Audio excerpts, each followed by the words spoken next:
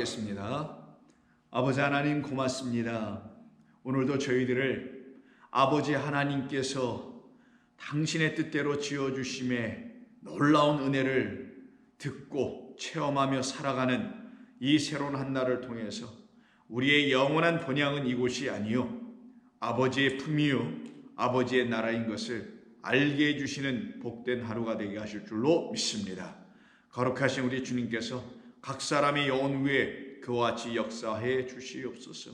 예수님의 이름으로 기도드립니다. 아멘. 자, 오늘은 누가복음 제2장 1절로 6절에 있는 말씀을 함께 나누겠습니다. 누가복음 2장 1절 이하 6절입니다. 우리 함께 읽겠습니다. 그때 가이사 아구스도가 영을 내려 천하로 다 호적하라 하였으니 이 호적은 구레뇨가 수리아 총독이 되었을 때 처음 한 것이라. 모든 사람이 호적하러 각각 고향으로 돌아가매 요셉도 다윗의 집 족속이므로 갈릴리 나사렛 동네에서 유대를 향하여 베들레헴이라 하는 다윗의 동네로 그 약혼한 마리아와 함께 호적하러 올라가니 마리아가 이미 잉태하였더라.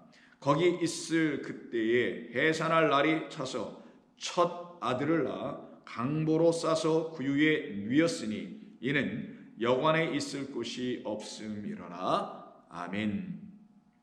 오늘 이 본문은 우리가 어렸을 때 그 예배당을 다녔던 어린 시절에 신앙생활했던 사람들이면 한두 번쯤은 다 경험해 봤을 수 있는 소위 성탄절에서 사용되고 있는 본문, 혹은 성탄절에 성극들을 할 때 사용되는 그런 배경으로서의 어떤 이야기를 이 본문이 우리에게 담고 있기도 하죠. 그래서 우리는 이 성경에 있는 오늘 본문의 이 말씀을 그 성극을 할 때 그런 상황으로 대략 이해하고 말진 않았을까 하는 생각도 해보게 됩니다. 마리아가 아기 예수를 말구에 올려놓고 동방박사는 그 옆에 서서 경배하고 선물을 내놓고 그 목자들이 그 또 주변에 서 있는 그런 모습들을 여러분들은 한두 번쯤은 그림이나 혹은 어떤 영상이나 혹은 제가 좀 전에 말씀드린 것처럼 교회에서 행했던 어떤 성극 같은 것들을 통해서 아마 보고 또 체험되어 보셨으리라 생각합니다. 그런데 이 오늘 본문의 이야기는 단순히 성극으로 쓰라고 하는 정도의 이야기도 아니고 또한 그렇게 우리가 느낄 수 있는 그 정도의 범위의 이야기도 아닌 것을 우리는 알고서 이 본문을 읽어야 할 것입니다. 왜냐하면 이 본문에는 여러 가지 아주 깊고 깊은 하나님의 구원의 뜻과 그리고 구원을 이루시게 하는 하나님의 아주 세밀한 섭리의 일들이 이 본문 안에 다 담겨 있기 때문인 것입니다. 그래서 우리가 하나하나 살펴갈 것인데 오늘은 특별히 2장 1절서부터 여러 번에 반복되는 말 중에 하나가 호적하러 올라간다라는 말이 있다라는 거예요. 자, 한번 보실까요? 1절. 그때 가이사, 그러니까 시저 로마의 황제 어거스투스죠. 영을 내려 명령을 내렸다는 거예요. 칙령을 내려서 온 세상, 오이코노메니까 온 세상에 있는 사람들에게 다 호적하라 하였으니 라고 합니다. 이거 호적한다는 말을 말 그대로 보면은 호적하다. 우리가 이걸 호적하다라는 말로 사용하면은 애가 태어났을 때 그 아이를 호적시키는 족보에 올리든 아니면 국가에다가는 그 아이의 출생 신고를 하는 이런 차원을 아마 호적이라고 이 본문은 아마 기록하고 있는 것 같아 보입니다. 그런 것이죠. 족보에 올리든 아니면 관공서에다가 그 아이의 이름을 호적으로 올려서 등록시켜서 소위 주민, 국민 그렇게 되게 하는 어떤 그런 과정들을 설명하는 것이라 볼 수 있습니다. 이 호적은 구레뇨가 수리아의 총독이 되었을 때 처음 했다라고도 합니다. 그래서 누가는 이렇게 아주 세밀하게 구체적으로 하나도 빠지지 아니하고 그 역사적인 상황들을 다 근거로 하여 말씀을 기록해 나가고 있습니다. 그것은 무엇을 의미하냐면은 하나님께서 이 모든 창조를 이루시고는 그리고 역사를 인간에게 이렇게 허락해 주셨다라는 것을 알려주려고 하는 거고요. 그 역사를 우리 인간이 마치 이루어가는 것처럼 보이지만 사실은 그런 게 아니라 하나님의 섭리와 주관에 따라서 우리 인간은 살아가고 있는 그런 하나님의 역사의 틀 속에 인간이 끼어들어와 있다는 걸 알으라고 사실은 누가는 이렇게 구체적으로 역사적인 상황을 그려낸 것이지, 당시에 정말 이런 호적을 하게 되는 일들을 통해서 마리아하고 요셉이 호적하러 갔다라는 걸 입증하기 위한 그런 목적 차원에서만 멈추어서 그런 것을 분명히 호적하러 갔다, 그래서 베들레헴에서 예수님은 태어나셨다라는 정도만 기술하려고 하는 게 아니에요. 이 누가의 마음에는 더 큰 그림이 있었던 겁니다. 말씀드린 대로 역사의 주관자는 오직 하나님이시고 그 역사의 무대, 하나님의 역사의 무대에 우리 인간이 지금 하나님의 뜻대로 연출을 하고 있다는 것을 보여주는 거예요. 왜 그런 거냐면은 여기 지금 호적하러 가게 되는 이 일로 인하여 마치 가이사 아우구스토가 호적을 명하여 내린 것처럼 보여지는 이 형식을 통하여 사실은 하나님의 백성들이 하나님의 집에서 태어났음을 알고 그 집, 그 호적이 그 하나님의 영원한 족보 안에 등록돼야 되고 입적돼야 되고 호적돼야 된다는 것을 하나님께서 이렇게 이루어가고 계시다는 것을 이 상황에서 지금 설명하고 있음을 우리가 알고 있기 때문인 것입니다. 그래서 3절에 보니까 모든 사람이 호적하러 각각 고향으로 돌아가매, 저마다의 고향으로 간다고 되죠. 자기가 태어난 곳으로 가더라는 거예요. 자, 그러면 이 말은 지금 이들이 살고 있는 곳은 나사렛이라는 곳입니다. 근데 이 나사렛이라는 곳에서 살고 있는 갈릴리 어느 지역이에요. 거기서 살고 있는 이들에게 지금 갑자기 어디로 가라 하냐면은 베들레헴으로 가게 되는 일이 벌어지게 되는 거죠. 그럼 여기서 우리가 생각해야 될 것은 시작은 어디였느냐가 중요하다는 거예요. 땅에서의 시작과 하늘에서의 시작이 있는데 하늘에서의 시작을 베들레헴이라고 지금 이야기하려고 하는 거고, 땅에서의 시작은 우리가 각각 살고 있는 그 처소 어디 있겠죠. 대한민국이든 미국이든 뭐 어디든 그걸 갖다가 지금 요셉도라고 지금 이야기하여 요셉도 다윗의 집 족속이므로, 이때 족속이 파테르라는 아버지라는 말에서 나온 파트리아라는 말이거든요. 이게 족보, 혈통 이런 의미예요. 그러면 요셉이라는 사람을 통하여 말하려고 하는 것은 요셉이 낳은 아들 곧 예수, 물론 성령으로 수태는 아기지만 이 다윗의 집안의 혈통으로 연결되어 있는 요셉이기 때문에 결국은 유대 지파, 유다 지파의 자손이라는 걸 강조하려고 하는 것이며, 더 나아가서는 그가 바로 세상의 땅의 나라에 속한 사람이 아닌 성도는 하나님의 나라, 그 언약의 나라, 언약의 백성들만이 들어가는 그 족보 안에 있다라는 걸 알려주려고 그 다윗의 족보, 다윗의 족속 혈통으로 다시 돌아가게 하는 이야기예요. 이렇게 돌아가는 이 호적하는 이야기와 예수님이 지금 태어나신 얘기가 이렇게 같이 붙어 있다라는 겁니다. 그러면 우리가 우리의 영적인 호적을 예수님의 태어나심의 이야기를 통해서 어디에 해야 되는지를 가르치려고 하는 거잖아요. 달리 말씀드리면 우리 주 예수께서 이 땅에 태어나셨다라는 목적과 이유는 우리로 하여금 우리가 다윗의 후손으로 오실 그리스도라는 유다 지파의 하나님의 놀라운 구원의 은혜로 오신 하나님의 아들 예수님을 통해서 우리가 다 하나님의 백성으로 호적되어야 한다는 것을 가르치고자 하는 거예요. 그래서 이들이 현재는 어디서 사냐면 베들레헴이라는 곳에서 살지 않고 다른 지역에서 살아요. 왜? 그 다른 지역이라는 건 바로 이 땅을 얘기하는 거고, 베들레헴은 뭘 상징하려고 하는 거냐면 우리가 진정 하나님의 아들로 말미암아 우리의 영혼이 영원한 아버지 하나님의 나라인 다윗의 그 나라라고 하는 거예요. 그래서 성경은 영원한 나라를 내가 너와 너의 아들에게 맡겨 이루시겠다고 사무엘하 7장에 말하잖아요. 그렇기 때문에 다윗의 그 아들의 나라인 그리스도의 나라는 영원한 나라를 상징하는 거예요. 이게 하나님의 나라라고 하는 겁니다. 그 나라에 저와 여러분들이 그 족보에 올려지게 하기 위해서 그리스도가 나신 곳이 베들레헴이니, 베들레헴으로 다 돌아가야 한다라는 거예요. 그 베들레헴으로 돌아간 사람들만 그곳에서 그리스도 예수님을 만나 우리 주님으로 말미암아 영원한 아버지의 나라에 호적되는 일이 벌어지겠다라는 것을 지금 가르치시려고 하는 거예요. 그러니 이 모든 하나님의 호적 이야기, 우리를 당신의 나라에 호적하게 하시려고 하는 이야기, 백성 삼으시려고 하는 이야기, 당신이 우리에게 파테르, 아버지라는 이야기, 그리고 우리는 그의 자녀라는 이야기, 이 이야기를 구원이라고 하는 거예요. 구원의 이야기. 이 구원의 이야기를 섭리로, 지혜와 은혜의 섭리로 갖고 계신 하나님의 뜻이 지금 역사 속에서 지금 이렇게 이루어지고 있기 때문에 이 시리아 총독이든 가이사 아우구스트든 이런 사람들이 칙령을 내려가지고 명령을 내려서 되는 것 같아 보이는 이야기를 가지고 하신 진짜 목적은 이 모든 것은 하나님이 주관하고 계시다는 걸 알려주려고 하는 겁니다. 그때 그들은, 그 성도들은 이런 말씀을 듣고 깨달아 알게 되죠. 그래서 우리가 베들레헴으로 가야 되는 거구나. 베들레헴으로 가야 우리가 누굴 만나요? 그 우리의 영원하신 목자이신 우리의 주님을 거기서 만나게 되는 거예요. 왜 그런 거 하냐면 베들레헴은 말 그대로 베이트, 레켐이라는 단어에서 나왔다는 걸 여러분 아시니까, 베이트는 집이요, 레켐은 떡이라는 거예요. 양식이라는 거예요.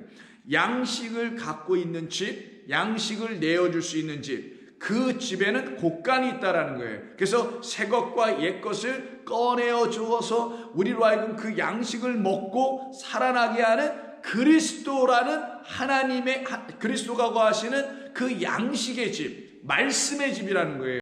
그 베들레헴은 하나님의 말씀으로 이 땅에 오신 그리스도 예수가 성전되고 집되셔서 우리를 거기서 만나기를 기다리고 계시다는 것이고, 바로 그곳에서 우리는 그리스도를 만나 영원한 하나님의 양식을 먹고 살아나고, 그리고는 우리의 영원한 호적은 하늘에 있다라는 걸 그리스도 예수님을 통하여 진리의 말씀을 듣고서는 깨달아 마음의 기쁨과 확신을 갖게 되는 겁니다.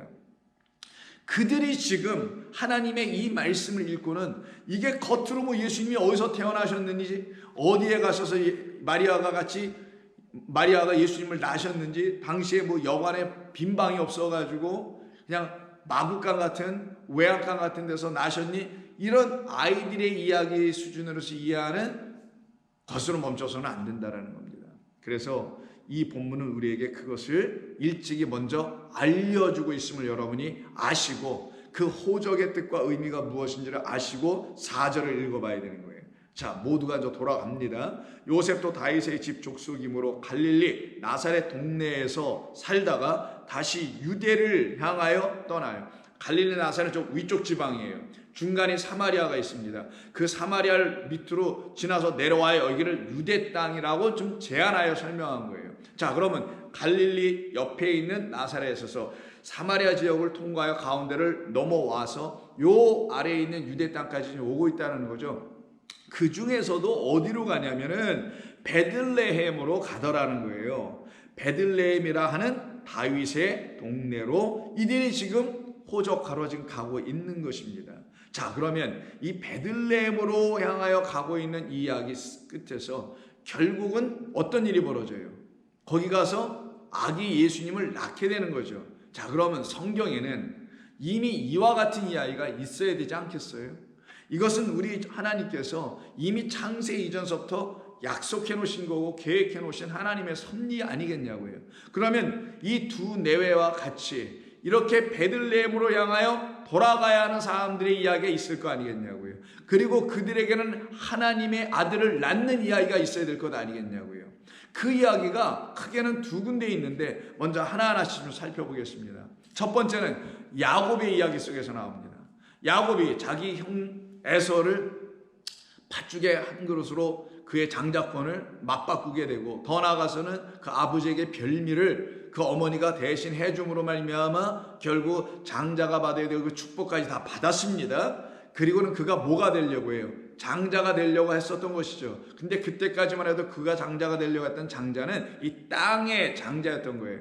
장자가 되지 않으면 아버지의 모든 소유권과 재산을 가질 수가 없기 때문에 그 모든 것을 이 땅의 것을 갖고 싶어서 그가 그런 장자 되기 원했지만, 그런 장자로 그가 한 번 땅에서 태어났지만 그게 바로 에서라는 거예요. 그래서 에서와 야곱은 둘이 다른 게 아니에요. 같은 거예요. 그래서 에서는 보기의 장자로 태어난 자고 야곱은 자기는 장자로 태어나지 못했지만 쌍둥이로 나와가지고는 장자 되고 싶었던 거잖아요. 그러면 하나님은 이런 말씀하고 싶었던 거예요. 그럼 야곱아, 너는 이런 에서와 같은 한번 누구든지 땅에서 한번 태어난다는 의미에서의 첫 번째 땅에서 태어났으니 누구든지 다 장자인데, 그런 에서로 살지 말고 너는 그 에서를 바라보면서 그래 장자 되고 싶지, 근데 넌 죽었다 깨어나도 장자는 아니지. 왜? 두 번째 났으니까. 그런 내가 이 땅의 장자를 소망하며 사모하게 하는 마음을 내가 너에게 준 것이고, 그것을 통하여 너는 내가 원하는 장자, 곧 하늘의 장자가 되기 위한 그 뜻을 이 시간을 통해서 내가 너에게 가르쳐 줄 거야. 그것을 깨달아 알게 되면 너는 땅의 장자의 삶이 끝나고 하늘의 장자의 삶으로 다시 바뀌어지게 될 거라는 걸 가르치는 게 이 장자권과 장자의 축복에 대한 이야기인 거예요. 그것 때문에 결국 어디로 가요? 하란으로 도망을 하죠. 외삼촌 댁으로. 거기 가서 20년간 수고하고 애쓰다가 결국 부인 둘과 그 부인을 돕는 그 몸종 여종들까지 해서 총 4세 부인을 얻어서 많은 가축과 재산을 들고 자기 본 집으로 떠나 돌아오게 됩니다. 오는 과정에서 결국은 그가 어떤 경험을 하냐? 아들을 낳는 이야기가 하나 있어요. 그때 낳는 아들이 누구를 통해서 낳느냐? 야곱이 사랑하는 라헬을 통해서 아들을 낳게 됩니다. 그 아들 낳는 이야기를 한번 보시게 되면은 그 이야기가 창세기 30장에 처음 한번 등장하게 돼요. 이것은 이 아들은 요셉인데, 이 첫 번째 난 라헬을 통해서 난 이 요셉이라는 아들은 저 하란에서 낳게 돼요.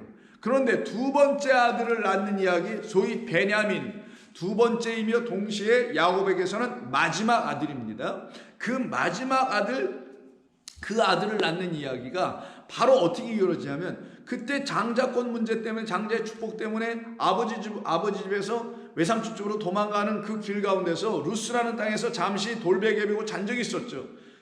그리고 그곳에서 하나님을 만납니다. 그리고 그가 하는 말이 뭐예요? 여기가 하나님의 집이구나 라고 해서 베이트 엘이라고 불러줘요. 하나님의 집이구나 라고 합니다. 그 뜻이 문자적으로 들어가면 하나님의 집이에요.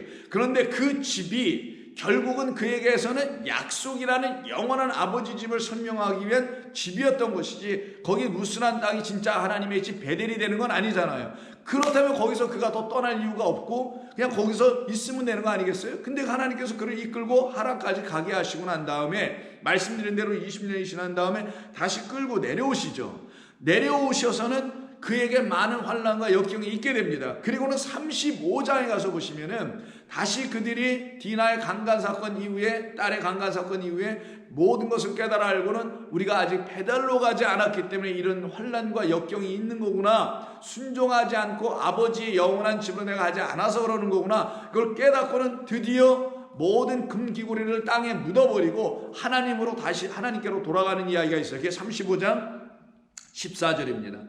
야곱이 하나님이 자기와 말씀하시던 곳에 기둥, 곧 돌기둥을 세우고 그 위에 전제물을 붓고 또 그 위에 기름을 붓고. 여기가 어디냐? 예전에 창세기 28장에 하란으로 갈 때 그 밤중에 사닥다리에서 천사가 오르락내락 하는 그곳, 거기를 까마득히 잊어버리고 있다가 다시 그곳으로 돌아가서는 여기서 제사를 드리고 있는 거예요. 이때 15절에서 뭐라고 하냐면, 하나님이 자기와 말씀하시던 곳의 이름을 베델이라 불렀더라 라고 하고, 그 베델로 드디어 하란에서 다시 돌아온 겁니다.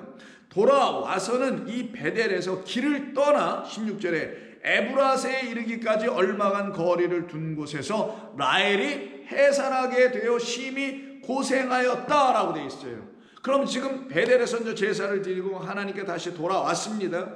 그리고 다시 길을 떠나 어디로 가냐? 에브라스라는 곳으로 가게 돼요. 근데 그 도중에서 아기를 낳네요.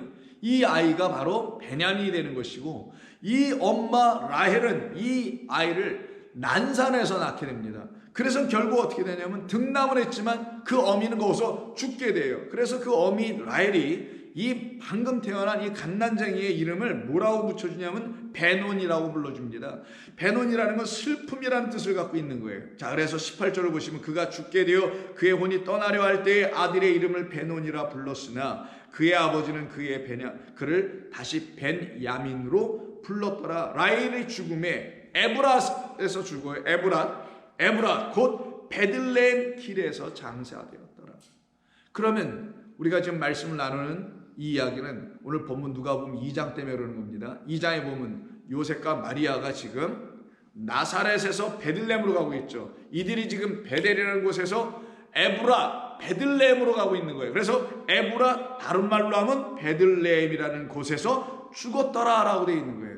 근데 이 죽음의 이야기 속이 이야기를 담은 이 본문 35장이 결국은 단순히 죽음의 이야기로 끝난 게 아니라 그 죽음으로 말미암아 생명 나음이라는 죽음과 생명이 동시에 터져나오는 일이었죠. 이게 지금 에브라스에서 이루어진 거예요. 그러면 에브라시라고도 하면 이름 하나면 될 것을 에브라 곧 베들레헴이라고 해서 꼭 에브라스를 베들레헴이 설명해 주는 것처럼 이 두 개 서로 다른 지명 혹은 다른 말 혹은 다른 단어로 이 라헬의 죽음과 그리고 베냐민의 태어남을 왜 이렇게 함께 묶어놨을까? 성경은 무엇을 하나님은 우리에게 어떤 것을 가르쳐주고 싶으셔서 이렇게 하셨던 것인가라고 우리가 한번 생각해 봐야 되지 않겠어요? 그렇게 생각하시는 분들에게는 이 말씀이 풀려지기 시작할 겁니다. 자, 보십시오. 라헬이 지금 처음에 얘기할 때는 에브라만 얘기합니다. 다시 한번 보시면은 16절에 그들이 베델에서 길을 떠나 에브라스에 이르게 됩니다. 해산하는데 난산이 돼서 결국 어머니 라헬은 죽고 그 죽음의 일이 벌어지고 그리고 살아나요. 그러면 죽음에 먼저 일어나는 것과 이 본문에서 먼저 그 지명을 언급한 것은 죽음과 짝이 될 수 있는 에브라시 먼저 등장을 한 거고, 베냐민이 태어나서 베노미라는 이름을 가졌으나 아버지가 이름을 벤야민, 오른손의 아들, 의의 아들, 하나님의 아들이라는 걸 알려주기 위해서 벤야민으로 바꾼 다음에 그곳의 지명을 다시 불러주기를 에브람만이 아니요 베들레헴이라고 붙였다면, 베들레헴과 방금 태어난 생명인 바로 베냐민은 하나의 짝이 될 수 있는 것 아니겠냐고요. 그러면 죽음을 의미하는 게 에브라실 것이라는 거고 생명을 의미하는 게 베들레헴이라는 것을 말하는 것 아니겠어요. 그러면 베들레헴은 생명, 말 그대로 생명 맞아요. 왜? 베들레헴은 어떤 집인데 어떤 집이어야 되냐? 떡, 양식을 갖고 있는 집이에요. 그러면 양식을 갖고 있는 집에 가서 양식을 구해 먹어야만이 그들이 먹고 생명을 유지할 수 있을 거 아니겠어요. 그래서 베들레헴이라는 말 자체는 생명과 관계가 있는 것이고 살려낸 것과 관계가 있는 말 자체의 의미가 있는 겁니다. 그 말 안에는. 그러니 거기에서 베냐민이 나게 되는 것을 알려주기 위해서 베들레헴을 쓰는 것 아니겠어요? 우리 주님이 오늘 지금 베들레헴에서 태어난 이야기를 누가복음 2장에서 쓰는 것이 바로 그런 이유라는 거예요. 근데 그 예수님은 그 어떤 예수님이 되냐? 알고 보니까 결국은 십자가에서 죽임당하시는 예수로서 이 땅에 오시는 거잖아요. 그래서 누군가의 죽음과 그로 말미암는 생명 얻음의 역사가 동시에 일어나는 게 예수님의 태어나시는 이야기 속에 이미 담겨 있었던 것이고, 그것을 구약 창세기에는 이 라헬과 야곱 이 가족에 대한 이야기 속에서 이미 우리에게 증거해서 알려주고 있더라는 거예요. 자, 그렇다면은 이 본문에서 우리는 두 가지를 알게 된 겁니다. 에브라시 죽음을 의미하고 베들레헴은 살려냄, 생명을 의미하는 것이라는 걸 알 수 있고요. 그래서 그 어머니 라헬은 에브라에서 죽게 되는 것으로 장사되지만 그 베냐민은 그 죽음을 통하여 베들레헴에서 다시 생명을 얻는 이야기로 이렇게 서로 대조되고 있음을 알 수 있죠. 그럼 에브라시 무엇이길래 왜 에브라스에서 이런 일이 일어나야 되는 이유가 뭘까? 한 번 더 보겠습니다. 창세기 48장을 보시게 되면은 요셉이 애굽의 총리가 된 이후에 형제들을 만나서 결국 그들에게 양식을 전부 다 나눠주죠. 계속 창세기의 키워드는 양식입니다. 그래서 여러분 아시다시피 그 테바라는 방주, 상자죠. 그 안으로 노아 방주 사건 속에서 들어갈 때도 양식을 다 챙겨 들어가게 합니다. 그 말은 뭐냐면 방주는 성전이잖아요. 성전이라는 그리스도 안에만 양식이 있다는 걸 계속해서 가르치는 거 아니겠어요. 그런데 그 방주 안으로 들어오지 않고 밖에 있는 자들에게 양식 없어서 죽는 거예요. 하늘에서 내려오는 물과 하나님이 주시는 양식이라는 말씀이 없으면 죽는다는 걸 가르치는 거잖아요. 그런 이야기를 창세기의 마지막 끝부분인 요셉의 이야기를 통해서는 그가 양식을 맡은 자 딱 되게 하는 겁니다. 그리고는 그에게 기금 맡고 양식 없는 그 성전 그 집 밖에 있는 요셉이라는 그 그리스도를 예표하는 그 집 밖에 있는 모든 사람들은 이 집으로 찾아와야 된단 말이에요. 그래서 형제들이 찾아와서 결국은 정탐꾼이니 이런 이야기가 쭉 흘러 지나가고 결국은 그들에게 하나님이 하시는 생명과 구원하심의 이야기가 무엇인지를 45장에서 가르쳐준 이후에 결국 아버지와 다 해오하게 되는 일이 벌어져요. 그리고 나서는 아버지가 이제 세상을 떠날 쯤 됩니다. 야곱이 죽기 전에 병이 들어서 요셉이 자기 두 아들 데리고 아버지께 문안 인사하러 옵니다. 48장 1절 보세요. 이 이후에 어떤 사람이 요셉에게 말하기를 내 아버지가 병들었다 하므로 그가 곧 두 아들 므낫세와 에브라임을 함께 데리고 가게 됩니다. 아버지 앞에서 복을 받기 위해서 딱 갔는데 야곱이 그 아들에게 다음과 같은 얘기를 해요. 4절 5절부터 볼게요. 내가 애굽으로 와서 내게 이르기를 전에 애굽에서 내가 너 요셉이 낳은 너의 두 아들 에브라임과 므낫세는 내 것이라 루벤과 시몬처럼 내 것이 될 것이요. 이게 뭔 말이냐면 에브라임과 므낫세는 요셉의 아들이에요.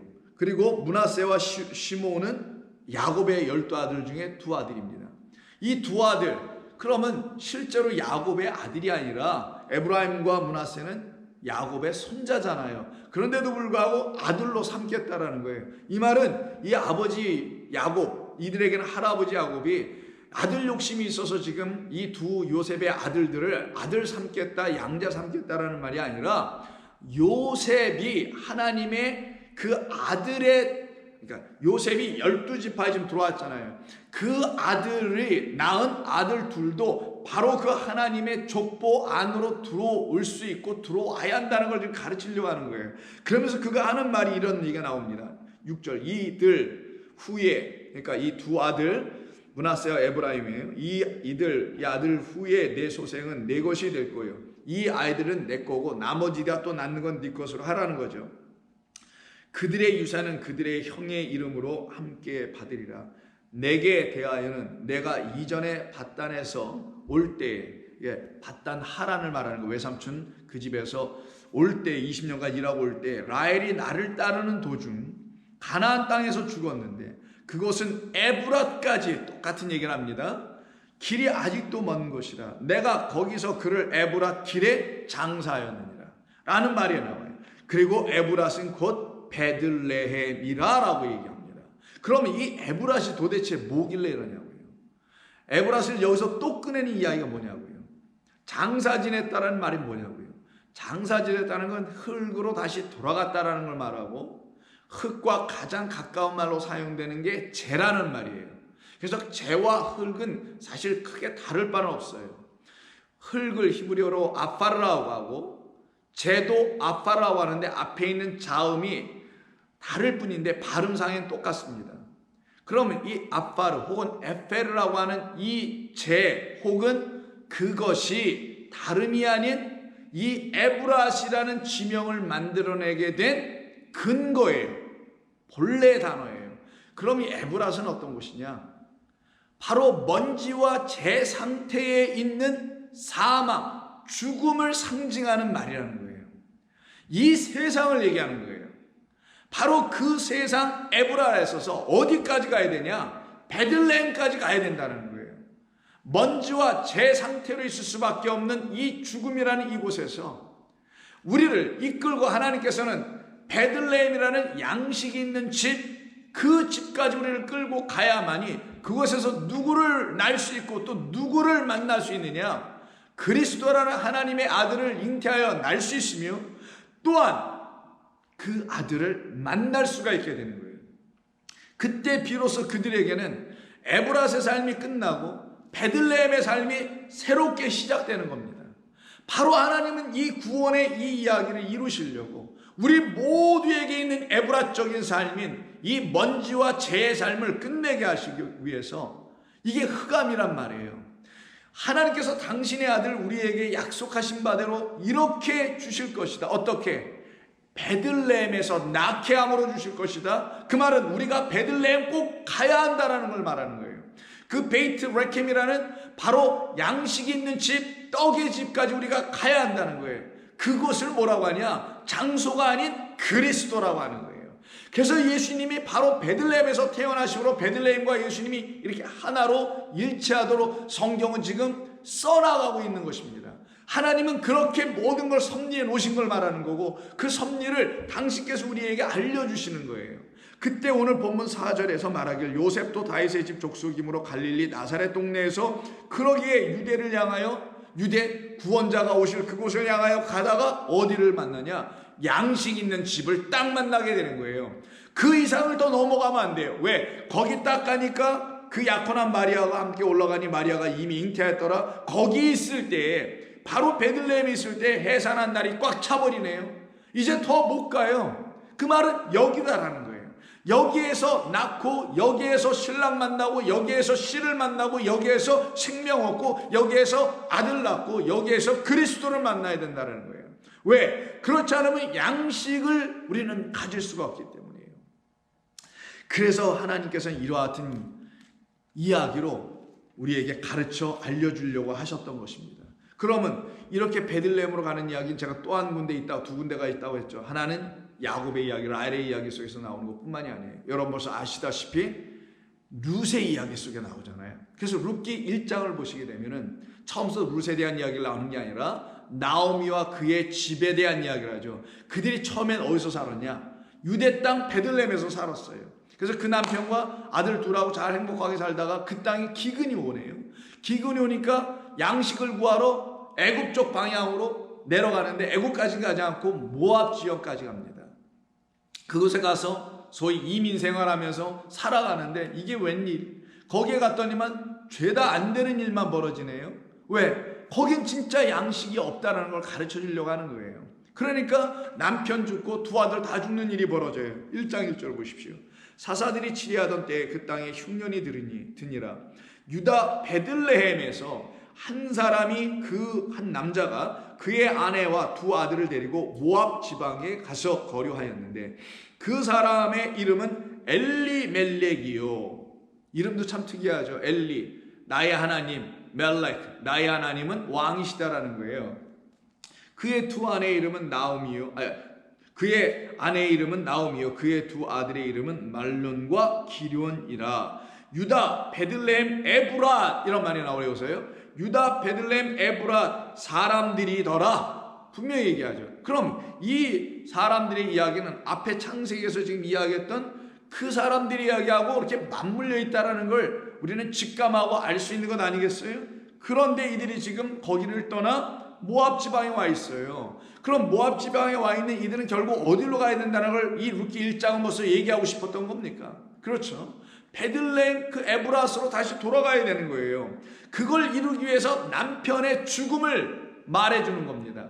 남편이 다 죽고 아들들도 다 죽고 이 땅에서는 남자가 없음을, 어떤 남자? 씨 줄 수 있는 남자. 씨는 양식으로부터 오는 거냐? 양식을 내줄 수 없는 자. 양식과 씨는 생명을 말하는 거지. 생명을 줄 수 있는 곳이 아닌 그 땅 모압이며, 생명을 줄 수 있는 남자도 없는 땅이 또한 모압이며, 오직 생명을 줄 수 있는 땅은 베들레헴밖에 없으며, 에브라시아는 그곳이 베들레헴으로 바뀌어지게 될 때 그곳만이 하나님의 생명이 있는 곳이라는 걸 가르치는 거예요.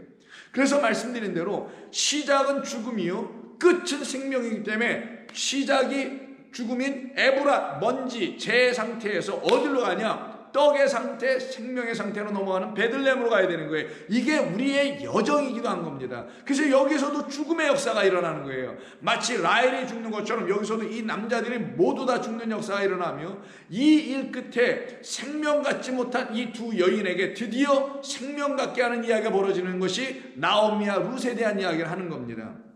자, 그들이 다 죽었어요.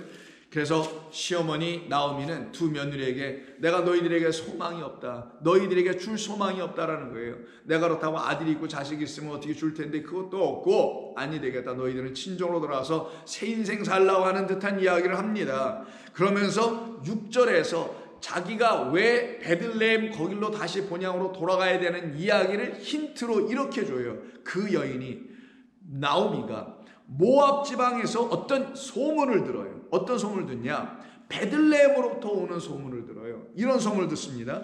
여호와께서 자기 백성을 돌보셨다라는 소문을 들어요. 그 말은 전에는 돌보지 않았다라는 거예요. 언제? 기근이 있었을 땐 돌보지 않았다라는 거예요. 기근이 있었다는 건 양식을 주지 않으셨다라는 거니 돌봄이 없었다라는 거죠. 그런데 이제는 하나님께서 그 땅을 불쌍히 주셔서 돌보시고 계시다라는 말을 하니 그 땅에 양식이 있다는 걸 말하는 거겠죠. 그래서 곧바로 하나님께서 그들을 돌보시는 방식은 반드시 양식 주시는 것이라는 걸 알려줍니다. 하나님께서 자기 백성을 돌보사 그들에게 양식을 주셨다 함을 듣고 이에 두 며느리와 함께 일어나 모압 지방에서 돌아오려고 하니라고 이 말씀으로 새롭게 시작해 나가네요. 그러면 여기서 양식 주셨다 함을 듣게 된 이 나오미에게 양식은 좀 전에 말씀드린 대로 베들레헴의 레켐이라는 단어가 이 양식이에요. 그러면 그 레켐이 있는 곳은 베들레헴이에요. 그래서 베들레헴으로 돌아가려고 하는 거예요. 그러다가 이 두 며느리는 두고 자기 혼자만 가려고 했던 것이죠. 그때 둘째 며느리인 여러분이 알고 계신 이 룻기르서의 주인공인 바로 룻이 어머니를 따라 가게 됩니다. 그래서 결국 19절을 볼까요? 이에 두 사람이 베들레헴까지 갔더라. 베들레헴에 이를 때에 온 성읍이 그들로 말미암아 떠들며 이르기를, 소위 손가락질한 거죠. 이는 나오미가 아니냐? 나오미, 희락, 기쁨이란 뜻이에요. 근데 그의 얼굴을 보니까 기쁨은 고사하고 희락은 고사하고 수십만 가득하고 남편은 같이 동행도 안 하고 아들들도 없고 웬 이방 여인 하나만 데리고 이렇게 온단 말이에요. 보니까 며느리라고 하네? 라고 하는 이 두 사람이 오고 있는 겁니다. 나오미냐 하는지라. 나오미가 그들에게 이르기를 나를 더 이상 나오미라 부르지 말고 나를 마라라 부르라. 이게 죽은 영혼을 말하는 거예요. 씨 없는 자, 물 없는 자, 쓴물만 마실 수밖에 없는 자, 그래서 사망에 이를 수밖에 없는 자, 그 마라의 쓴물에 그 마랍니다. 이게 똑같이 나를 나오미라고 하지 마시오. 난 아직 단물을 마시지 못했어 라는 거죠. 나를 마라라 부르시오. 왜? 나는 하나님의 말씀이 나에게 아직 양식, 생명, 단물, 꿀송이보다 단 하나님의 말씀이 아직 되지 못했다라는 거예요. 그러니 나를 나오미라고 부르지 말고, 나오미는 언제 부를 수 있는 것이냐? 이야기 그때 4장 가서 기쁨을 다시 회복할 때, 즉 양식을 하나님께서 우리에게 진짜 주신다는 그 양식을 먹었을 때, 여기에 사람들이 입에 들어가는 그 양식 먹는 이야기면 벌써 이미 끝났겠지만 여기서 2장에서 끝나지 않고 3장 4장까지 가잖아요. 그 말은 뭐예요? 진짜 양식은 사람의 입으로 들어오는 양식, 이게 아니라 거기서 만난 누구로 말미암아, 고엘, 구원자라 그랬죠. 기업 물을 자를 고엘이라고 하는데 실제 의미는 구원자, 구속자예요. 구속자 보아스를 통하여 씨라는 그리스도라는 진짜 양식을 딱 만나고 그를 취하게 됐을 때야만이 그의 이름이 진짜 나오미가 되는 거란 말이에요. 그게 우리가 먹어야 될, 우리가 만나야 될 씨며 양식인 거예요. 그 양식이 어디 있느냐? 저 에브라스에서 시작했지만 베들레헴으로 끝나는, 물론 같은 한 장소입니다만은 하나님께서 주신 것이 겉으로 볼 때는 그게 에브라시 되고 사망이 되고 먼지가 되고 죄가 되지만 그 안에 있는 이면을 들여다보고 하나님이 하시는 그 거룩하신 섭리가 무엇인지를 깨달아 알게 하는 성령을 통하여 알게 되면은 그들은 그곳이 베들레헴으로 바뀌어 보이는 거예요. 자, 그와 같은 역사가 여기서 일어나게 돼야 한다는 걸 말해주는 겁니다. 그래서 나를 나오미라 부르지 말고 나를 마라라 부르라. 이는 전능자가 나를 심히 괴롭게 하셨습니다. 왜? 내 속에서는 쓰고 결국 쓴 다음엔 어떻게 돼요? 잉태하는 과정이 지나가야 돼요. 그 다음에는 달게 될 거니까 입속에서는. 자, 이야기가 시작돼서 결국은 아시는 모든 이야기는 중략하기로 하고 그 룻이 결국은 보아스와 결혼을 하게 되죠. 그리고는 아이를 갖게 됩니다. 그 아이를 갖게 되는 이야기 바로 직전에 이런 이야기를 그 지역의 장로들이 다음과 같이, 저 보아스가 바로 당신의 집안의 기업 물을 자니 그가 룻을 취하게 되는 것은 합당한 것이요 라고 이렇게 쭉 그 당위성에 대해서 쭉 이야기하는 이야기가 10절 이하예요. 자, 10절 이하 볼까? 또 말론의 아내 모압 여인 룻을 사서 나의 아내로 맞이하고 그 죽은 자의 기업을 그의 이름으로 세워 그의 이름이 그의 형제 중과 그곳 성문에서 끊어지지 아니하게 하매 너희가 오늘 증인이 되었느니라 하니, 성문에 있는, 요건 보아스가 말한 거고, 이 말을 듣고서는 성문에 있는 장로들과 백성들이 이르기를 우리가 증인이 되나니 여호와께서 너의 집에 들어가는 여인으로 이스라엘의 집을 세운 누구와? 라헬과 라는 말을 쓴단 말이에요. 그래서 왜? 라헬이 똑같이 에브라스에서 베들레헴으로 가게 하는 그 역할을 했던 사람이라는 것. 그래서 야곱의 집인 이스라엘의 집, 결국 하나님의 백성들이 거하는 영원한 그 족보 안으로 그들 모두가 호적하게 할 수 있는 집을 세웠다라는 걸 말하는 거예요. 똑같이 하나님은 그렇게 우리를 구원해 나가시는 것이다가 어디까지 올라온 거냐? 지금 누가복음 2장에 예수님의 호적의 이야기, 그들의 호적의 이야기, 곧 예수님이 태어남으로 그 예수님이 그들에게 주님이 됨으로 예수님께서 그들에게 그리스도가 됨으로 그들이 하나님이라는 영원한 나라에 요셉도 마리아도 호적하게 되는 일이 벌어지게 하시겠다는 그 축복을 얘기하는 거예요. 예수님이 호적하는 게 아니라 그들이 호적하는 것이니까. 자, 그래서 이스라엘의 집을 세운 라헬과 레아 이 두 사람과 같게 하시고 내가 에브라스에서 유력하고 이런 말을 해요. 에브라 이 눈에 보이는 곳에서 유력한 자이고 베들레헴에서는 유명하게 하시기를 원하며 서로 다르게 쓰죠. 겉으로 볼 땐 유력한 것 같으나 실제로는 하나님의 그 이름이 들추어 놔야 되는 그 베들레헴으로 바뀌어지는 거예요. 그래서 에브라과 베들레헴을 이렇게 같이 동시에 쓰나 서로 다름을 보여줍니다. 여호와께서 이 젊은 여자로 말미암아 루시죠. 내게 상속자를 주사 너의 집이 다말과 유다에게 낳아준 베레스의 집과 같게 하시기를 원하노라. 그러니 유다의 집을 여기서 언급하네요. 유다, 다윗, 결국은 어떻게 돼요? 보아스, 쭉쭉 넘어가는 이야기, 이 모든 이야기 속에서 그리스도가 오심을 말하는 거잖아요. 결국 임신하여 아들을 낳게 됩니다. 그리고 그 아이의 이름이 이스라엘 중에 유명하게 되기를 원하는 거예요. 그 이름이 온 세상에 알려지게 됩니다. 그리고는 15절 이는 내 생명의 회복자며 내 노년의 봉양자라 곧 너를 사랑하며 7 아들보다 귀한 내 며느리가 낳은 자로다 하니라. 나오미가 아기를 받아 품에 품고 그의 양육자가 되니 그의 이웃 여인들이 그에게 이름을 지어주되 나오미에게 아들이 태어났다 하여 그의 이름을 오벳이라 하였는데 그는 다윗의 아버지인 이새의 아버지니 다윗에게는 할아버지가 되는 거죠. 자, 그리고는 베레스의 계보, 유다가 낳은 베레스의 계보 는 이러하니라. 베레스가 헤스론을 낳고 헤스론은 랍을 낳고 람은 암미나답을 낳고 암미나답은 나손을 낳고 나손은 살몬을 낳고 살몬은 여기 있는 보아스를 낳고 보아스는 오벳을 낳고 오벳은 이새를 낳고 이새는 다윗을 낳았느니라 라고 하여 여기서 딱 멈춰버리죠. 더 갈 필요가 없으니까 이 다윗의 동네로 지금 이들이 호적하러 가고 있는 거죠. 다윗의 동네로 좀 호적하고 가고 있는 요셉과 마리아가 왜 다윗의 동네로 가는지를 알려주려고 하는 거잖아요. 그 동네 이름을 베들레헴이라고 하는 거예요. 이 베들레헴에선 바로 이와 같은 생명을 잉태하는 일이 벌어지는 곳이요, 이곳에서는 그 신랑을 만나게 되는 곳이라는 걸 또 가르치는 거예요. 그래서 이 베들레헴을 놓고 미가서 선지자가 미가서 5장 2절에서 이렇게 일찍이 선포해 놨던 겁니다. 베들레헴 에브라다야, 똑같이 에브라시예요. 베들레헴 너 에브라다야, 너는 유다 족속 중에 작을지라도 이스라엘을 다스릴 자가 내게로 나아올 것이라. 그는 그의 근본은 상고 그 본래 근원에 있고 높은 곳에 있고 영원에 있느니라. 그러므로 여인이 해산하기까지 그들을 붙여주시겠고 그 후에는 그의 형제 가운데서 남은 자가 이스라엘 자손에게로 돌아오리라 라고 예언을 해주시죠. 바로 이 일로 인하여 결국 어떤 일이 벌어지게 되는 거냐? 바로 다름이 아닌 하나님의 역사가 드디어 완성되는 거예요. 그러니 오늘 본문에서 요셉과 마리아가 자기들 생각대로 혹은 아우구스투스가 영을 내렸기 때문에 마지못해 내려가는 것, 그런 게 아니었던 거예요.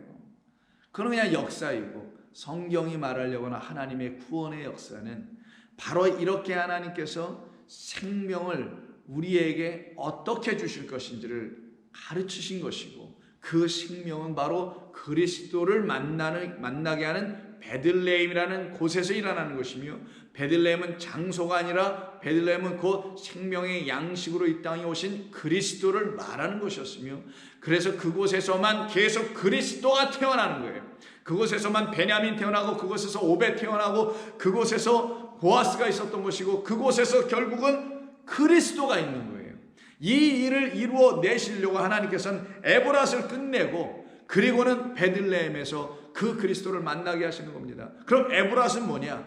바로 이 흑암과 어둠과 사망의 그늘진 땅, 바로 우리 주 예수 그리스도가 누구이신지를 알지 못하여 여전히 그와 대적의 원수의 관계를 삼고 있는 소돔과 같은, 애국과 같은 땅을 상징하는 게 바로 에브라신 것입니다. 그래서 에브랏을 떠나 베들레헴까지 갈 수밖에 없게 되는 거예요. 그래서 여러분 창세기 18장 27절을 보시면은 18장 27절은 아브라함이 하나님께 지금 소돔을 멸망하신다는 얘기를 듣고서는 닭달같이 달려가서 하나님 그러시면 아니 됩니다. 거기에 혹시 의인이라도 있으면 그 의인들이 하나님의 심판 가운데서 같이 거기서 화를 당하면 되겠습니까? 아니 되죠 라고 하여 의인을 내가 찾아오겠으니 하나님 이 심판을 좀 멈춰주세요 라고 하는 의인에 대한 이야기 시작하는 게 22절부터 쭉 나오는데 23절 보면 아브라함이 가까이 나아가 하나님께 이르기를 주께서 의인을 악인과 함께 멸하시나이까? 그 성 중에 의인 50명이 있을지라도 주께서 그것을 멸하시고 그 의인 50 의인을 위하여 용서하지 아니하시리까? 주께서 이같이 하사 의인을 악인과 함께 죽이심은 부당하오며 의인과 악인을 같이 하심도 부당하나이다. 세상을 심판하시는 이가 정의를 행하실 것이 아니니까?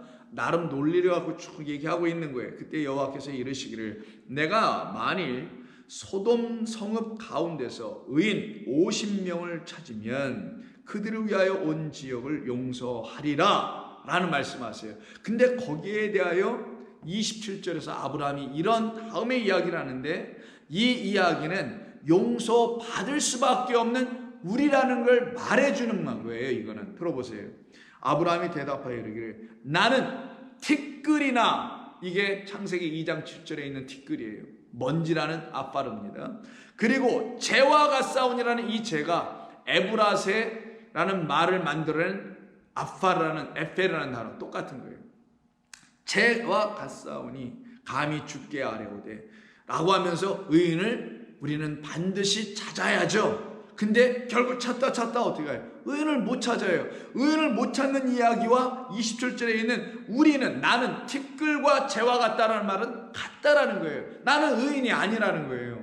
나는 의롭지 못하다는 거예요. 하나님만이 의로우신 분이고 하나님만이 당신의 의로 우리에게 넘겨주셔서 그 의를 우리가 받고서는 티끌이 끝나고 재가 끝나는, 먼지가 끝나고 흙이 끝나고 하나님의 놀라운 은혜의 생명의 이야기가 시작되는 베들레헴으로 우리를 바꿔가시겠다는 뜻이 이게 담겨 있는 겁니다. 그래서 에브라스에서 멈추지 않고 베들레헴까지 가게 하시는 이야기가 하나님의 백성들의 진짜 호적의 이야기인 거예요. 그 호적하러 베들레헴까지 가서는 호적을 베들레헴에다 하는 게 아니라, 그리고 그 아이 또 베들레헴에다 호적하는 게 아니라, 그 요셉과 마리아라는 우리 피조물인 우리 인간들이 그리스도로 말미암아 베들레헴의 주인 되시는, 떡집의 주인 되시는, 양식으로 이 땅에 오신 그리스도로 말미암아 우리가 영원한 아버지의 집에 등록되어야 된다는, 농명되어야 된다는, 기록되어야 된다는, 호적되어야 된다는 이 말씀을 하는 겁니다. 그러니 이들이 결국은 어디에서 어디로 가는 거냐? 에브라시란 이 세상에서 베들레헴이라는 그리스도의 나라로 가야 한다는 걸 가르치는 겁니다. 이것이 저와 여러분들의 신앙의 여정인 거예요. 이게 믿음의 발자취들이 되어야 되는 거예요. 우리를 이렇게 끌고 가고 계시는 하나님이 계시다는 걸 성경이 이렇게 증거하고 가르치고 있다는 걸 여러분이 알고 그 말씀이 그럼 내게 이루어지고 있습니다. 나는 그렇게 지금 그 길을 걸어가고 있는 거군요. 주님이 나를 지금 그렇게 호적하게 하시기 위해서 영원한 아버지의 나라에 내 이름을 기록해 주시려고 이렇게 끌고 베들레헴에 가서 거기에서 아기 예수 만나고 그리스도를 만나고 그와 함께 영원한 아버지의 나라로 가게 하시려고 하셨던 거군요 라는 걸 철저하게 깨달아 알게 되는 겁니다. 그것이 바로 베이트 레켐이라는 바로 떡을 갖고 있는 그 성전으로 양식으로 이 땅에 오신 우리 주님이 계신 곳입니다. 여러분과 저는 바로 그 우리 주님 안에 거한 자들이요, 그 주님의 성전에 거한 자들이요, 그 성전에서 날마다 생명의 양식을 성령으로 말미암아 듣고 있는 복된 자들입니다. 기도하겠습니다. 아버지 하나님 고맙습니다. 오늘도 저희들은 주의 음성을 듣기를 원했습니다. 주님의 말씀을 통하여 사랑의 음성, 아버지의 놀라운 은혜의 음성을 듣기를 원했습니다. 결국 하나님은 들려주셨으며 그 음성을 듣고 생명의 말씀을 듣고 다시 일어나 주 앞에 감사와 찬송을 드리는 성도들이 되게 하여 주셨습니다. 오늘도 그와 같은 새로운 한 날로 살아가게 하여 주옵소서. 예수님의 이름으로 기도드립니다. 아멘.